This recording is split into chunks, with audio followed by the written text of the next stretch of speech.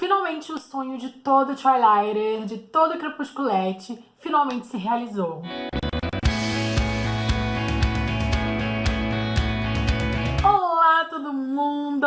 Sejam bem-vindos a mais um vídeo do Kabuki TV. Hoje é dia de veredito e aquele veredito tá todo mundo ansioso, tá todo mundo esperando acontecer. Vamos falar de Sol da Meia-Noite. 10 anos aguardando essa leitura e ela finalmente aconteceu. Sol da Meia-Noite foi lançado no mundo no dia 4 de agosto. Aqui no Brasil ele foi liberado no mesmo dia pela Intrínseca. A tradução foi feita por 6 autores. Eu vou deixar o nome aqui do lado desses 6 profissionais para vocês conferirem. Sol da Meia-Noite tem 736 páginas e segue aí com o projeto editorial padrão dos livros anteriores da saga. A única diferença é o papel mesmo. A impressão dos novos livros da saga vieram num papel amarelado de 58 gramas, enquanto os antigos livros vinham impressos em um de 75 gramas, o que tornou os novos livros mais finos e mais leves, mas que não mudou em nada a minha experiência de leitura. Os livros são mais moles e mais fáceis de abrir, e por conta disso meu Sol da Meia-Noite não rachou, enquanto meu Crepúsculo tem um rachado na capa. Então acho que Sol da Meia-Noite vai aguentar bem os leitores. Um aviso super importante é que esse vídeo conterá spoilers da saga Crepúsculo, mas eu não vou dar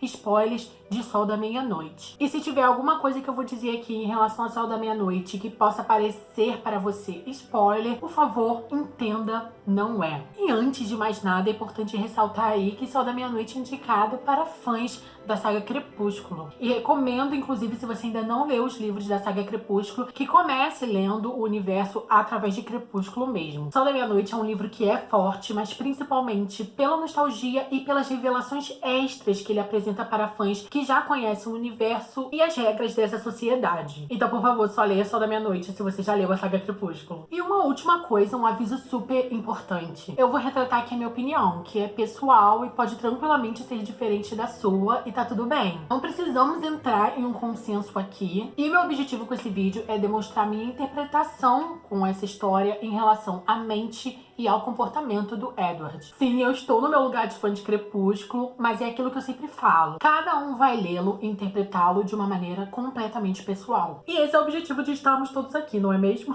Afinal, queremos realizar um debate rico aqui sobre o livro tão esperado. Então, por favor, não se esquece de dar joinha se não deu até agora. Tá na hora de dar. Se inscrever nesse canal é fundamental. E, por favor, quando você for comprar alguma coisa na Amazon, lembre-se de correr aqui, pegar o link do Kabuki, pode ser na descrição de qualquer vídeo, grava aí no seu navegador da internet para você sempre ter ele à mão. Utilizando os links da Amazon, você salva a saúde e apoia muito o trabalho do Kabuki TV. Se quiser dar aquela ajudada e compartilhar esse vídeo que você tá assistindo lá nos seus stories e me marcar, eu vou amar ver, quero repostar todo mundo. Bora lá! Em Sol da Meia-Noite conheceremos uma versão muito mais sombria e dolorosa de Crepúsculo. Edward Cullen, na sua natureza como vampiro, encara os seres humanos como seres fracos, completamente irritantes, e adicionando essa natureza vampiresca à sua habilidade de ler mentes, ele também encara os seres humanos como seres completamente previsíveis e desinteressantes. As coisas mudam drasticamente quando na sua frente surge Bella Swan, uma humana que tem um cheiro irresistível, uma mente misteriosa da qual ele não consegue ler e que desperta ao mesmo tempo a curiosidade dele, um fator que ele já tinha esquecido, além dos instintos mais sombrios dele também, fazendo ele enfrentar um novo tipo de agonia, uma luta constante com seu monstro interior, que é basicamente a sua versão irracional e animalesca com sede de sangue. Já no primeiro encontro, na aula de biologia, em menos de 1 minuto, Edward planeja o assassinato de 20 jovens para conseguir beber o sangue da Bella. E a partir daí, Edward vive uma luta entre enfrentar o próprio instinto assassino, enquanto necessidades e desejos humanos voltam a despertar, se tornando tão fortes quanto a própria sede. Tanto que na página 51, ele fala a seguinte coisa: ela piscou, deixando por isso mesmo, e quase implodi de curiosidade. Naquele segundo, o sentimento ardeu de forma quase tão incandescente quanto a sede em minha garganta. Ou seja, Edward, ele não estava acostumado a ser instigado por um humano. Ele vivia o tédio da imortalidade e conhecer Bella Swan trouxe uma nova possibilidade para ele. Bella estimula a ver em si próprio, pela primeira vez, ele se tornar um herói no lugar de vilão e um protetor no lugar de assassino. E a única forma que Edward encontra de não matar a Bella é através da familiaridade. Ou seja, quanto mais tempo ele ficava ao lado dela, mais ele se acostumava com a ardência. E assim as chances de Edward matá-la diminuía. Ele precisava confrontar a sua própria sede para se adaptar a ela. Só que isso não torna o caminho até a Bella menos perigoso, né, gente? Pelo contrário. O amor de Edward pela Bella não foi à primeira vista. Ele desejou matá-la muito antes de amá-la. E amar a Bella se torna maior do que a sua sede muito tempo depois. Mas a gente só consegue descobrir isso estando dentro da mente dele. A narrativa da Bella em Crepúsculo é filtrada pela paixão avassaladora que ela sente por ele. Isso tudo ao mesmo tempo que ela se minimiza durante a narrativa como frágil, humana,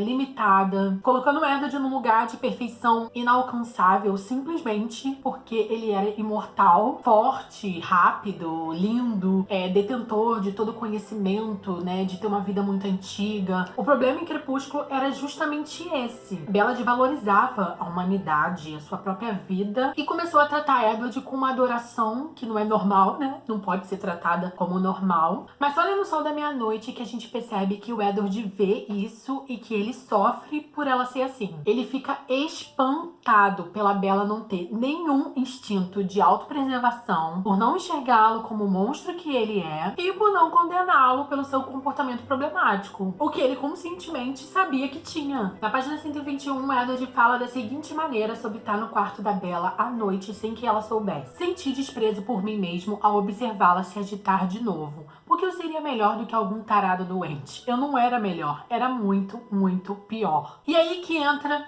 a Alice. Nossa irmã Cullen favorita vai lutar ao lado do irmão para eles traçarem caminhos em que Edward não mate a Bella. Embora em todos os futuros possíveis em que a Alice enxergava a Bella viva, ela não era humana, mas sim uma vampira. Ver a habilidade da Alice de perto foi um dos meus pontos favoritos de Sol da Meia-Noite, e acho que vai ser da maioria do fandom. As decisões, né, que precisavam ser tomadas pelo Edward para poder a Alice conseguir investigar o futuro, e como assim, dessa maneira, eles conseguiram detectar quando o Edward mataria a Bella e desse jeito evitar esse acontecimento. É claro que futuros esses baseados nos desejos da Alice e do Edward, mas desconsiderando as decisões da Bella, algumas decisões estas que Edward não queria aceitar. Afinal, a Bella, ela tinha um direito de escolha, né? Ela tem um poder aí pra decidir sobre sua própria vida, sobre o caminho, né, gente, que ela queria seguir, e essa era a única coisa pela qual o Edward não conseguiria lutar contra. Bella, ela estava condenada no momento em que ela cruzou o caminho do Edward. Isso eu acho que todo mundo já percebeu lendo Sol da Meia-Noite. E saber isso é angustiante, mas ver como o Edward se esforça para mudar esse futuro é a temática do universo de Crepúsculo.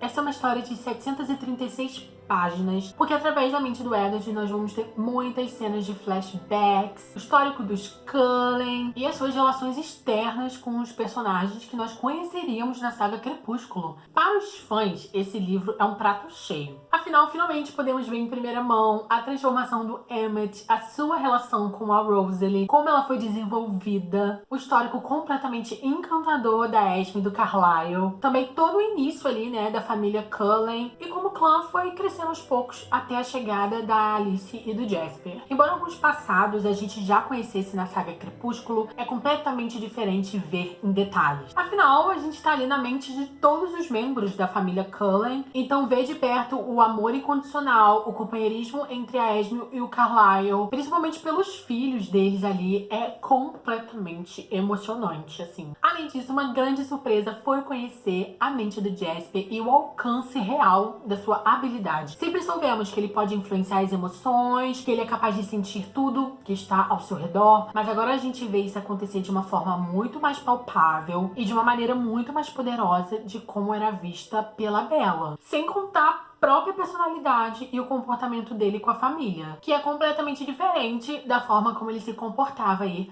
perto dos humanos. Antes eu vi o Jasper apenas como alguém completamente distante e emocionalmente contido. Agora a gente consegue ver que é ele quem domina as suas emoções e o poder bélico dele fez com que ele crescesse e muito no meu coração, né, gente? Embora eu já o amasse demais. Sobre a Rosalie, minhas emoções em relação a ela não mudaram. Afinal, isso é impossível, né, gente? Eu amo todo mundo dessa saga. Eu sigo amando mesmo a Rosalie e compreendendo as objeções dela em relação às escolhas escolhas da Bella, mas eu fiquei surpresa com o fato de ela se incomodar com o Edward adorar uma humana mais do que ela. Há também um fator que não posso deixar de citar, Charlie Swan. A gente sempre viu o pai da Bella como um policial e pescador, era muito solitário, seu Charlie imaginava, mas está na mente dele me surpreendeu. Quem já leu já sabe do que eu estou falando e fez com que eu amasse ainda mais. No final, Sol da Meia-Noite fez com que a gente conhecesse mais a mente dos personagens que a gente já amava, então a gente acabou amando ainda mais essas pessoinhas. E também conhecer a mente daqueles que a gente odeia, né? A gente vai ver a mente do James, do Laurent, da Victoria, né? Encontramos ali uma Victoria diferente da que a gente conhece em Lua Nova, que vai aprontar todas em Eclipse. Ela tem ali muitos receios, ela tem muitos medos, ela é bem mais cuidadosa do que a Victoria que a gente conhece, que foi bem impulsiva lá em Eclipse. Cara, vê como o Edward lida com esses pensamentos. E a forma como ele trabalha essa habilidade, né? Quando ele consegue silenciá-los, ou como ele consegue buscar, né, dentro desses pensamentos, conseguir ver através dos olhos dessas pessoas. É fantástico, é muito louco assim, é muito louco.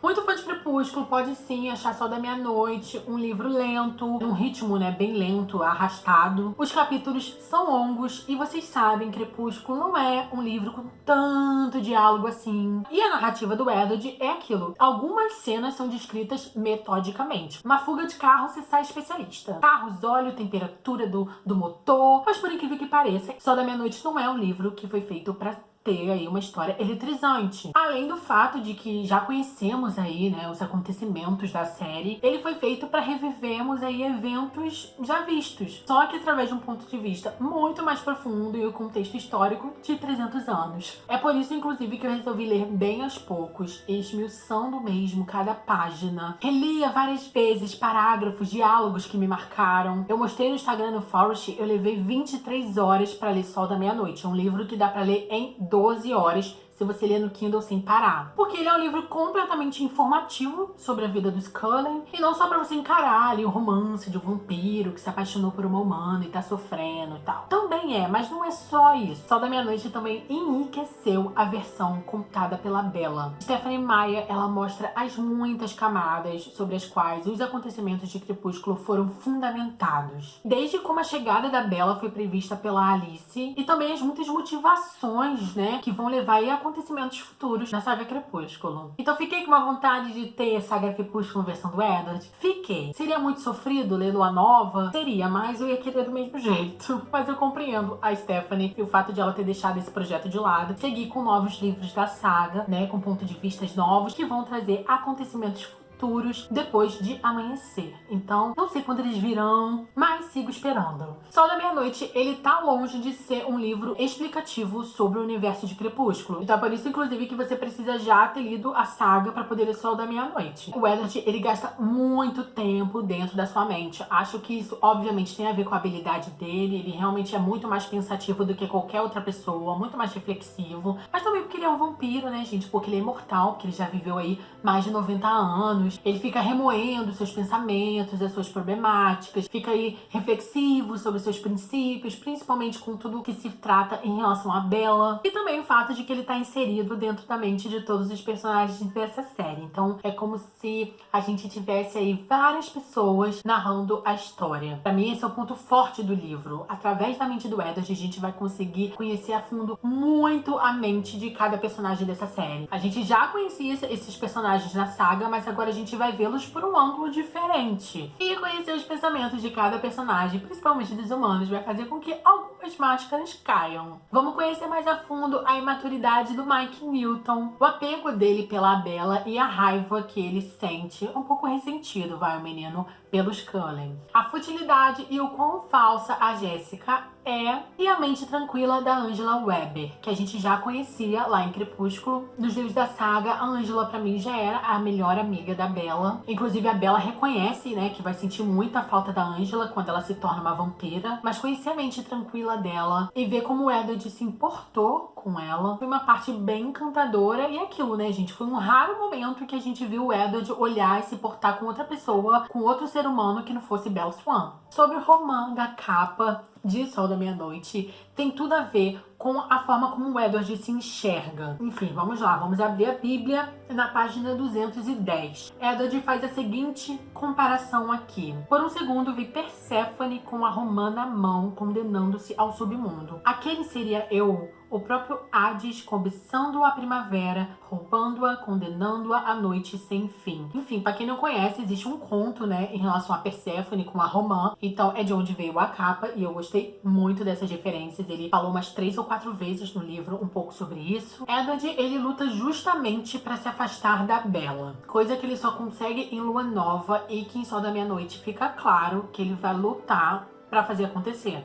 Edward se recusa a condenar a Bella à imortalidade, né? Todo mundo já sabe disso aí. Só que ao mesmo tempo, ele se vê como uma pessoa masoquista justamente porque ele quer esse sofrimento. Ele quer a luta pela sede e proteger Bella de si mesmo. E é por isso que ele não consegue ficar longe dela um segundo. Ele vê a Bella como uma humana destinada à morte iminente. E que ele é uma dessas mortes iminentes. É por isso que a Van quase a matou, que ela quase foi estuprada lá em Portângeles. E protegê-la é tudo que ele pode fazer. É incrível ver a Bella através dos olhos do Edward. Ela sempre se diminuiu tanto nos outros livros que a gente perdeu a chance de reparar como a Bella é boa, é gentil, é empática, é solidária e ela até é um pouco protetora assim com as outras pessoas. Isso desde a sua relação com a sua mãe, como com Charlie agora também. O Edward também denota como os gostos da Bella construíram a sua personalidade. Na página 303 ele fala que dava para notar elementos das histórias em sua formação, personagens que tinham moldado o contexto do seu mundo, né? E ele vai falar aqui da Jane Eyre, né? Um pouquinho da Scout Finch, de O Sol é para Todos, e todos esses personagens incríveis que fazem parte da pessoa que a Bella também é. E conhecer mais a Bella começou a reconstruir aí a humanidade do Edward. O problema do ciúme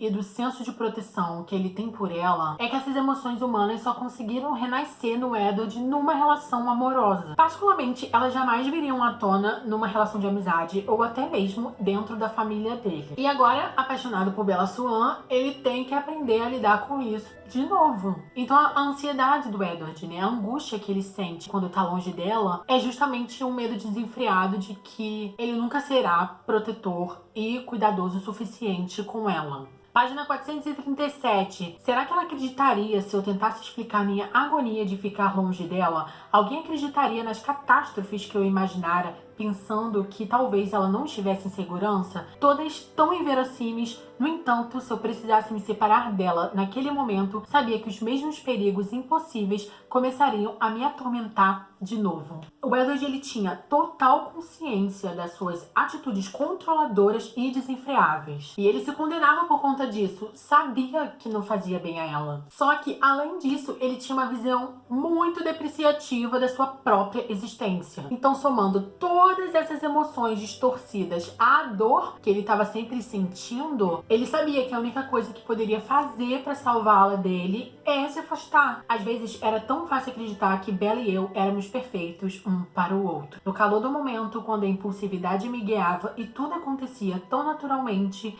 eu acreditava nisso. Mas sempre que encarava as coisas com lógica, sem permitir que a emoção vencesse a razão, ficava claro que eu só podia fazer mal a ela. A disposição da Bella ficar com Edward a qualquer preço foi o que fez com que mudasse a chave na mente do Edward em relação a ele enxergar a sua própria existência. Foi a luz para poder sair dessa escuridão em relação a si mesmo. Ou seja, eram dois inseguros que não sabiam viver um sem o outro. E sim, em Sol da Meia-Noite a gente vai encontrar algumas revelações muito surpreendentes e chocantes sobre fatores lá da saga Crepúsculo e sobre a possível origem não só do silêncio da mente da Bella, como da habilidade da Renesmee que vai vir quando ela nascer. Ou seja, Stephenie Meyer fez a gente ler 736 páginas, mas é aquilo. Ela fez valer a pena. Eu dei 5 estrelas e favoritei Sol da Meia-Noite. Ele foi poderosamente nostálgico, incrivelmente bem escrito e muito revelador sobre os personagens, o passado e o futuro. E pra mim foi tudo com o que eu sonhava e muito mais. Bem, amores, é isso. Espero que vocês tenham gostado desse vídeo, da minha opinião, de uma certa maneira. Coloca tudo que você achou aqui em relação ao Sol da Meia-Noite. Por favor, alerta pros spoilers, não vamos estragar a experiência do amiguinho. Não se esquece de já dar joinha nesse vídeo se você ainda não deu. Eu imaginei que esse vídeo ficou muito longo,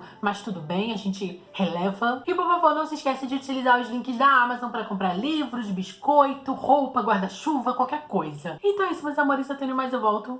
Big beijo pra vocês e até o próximo vídeo. Tchau!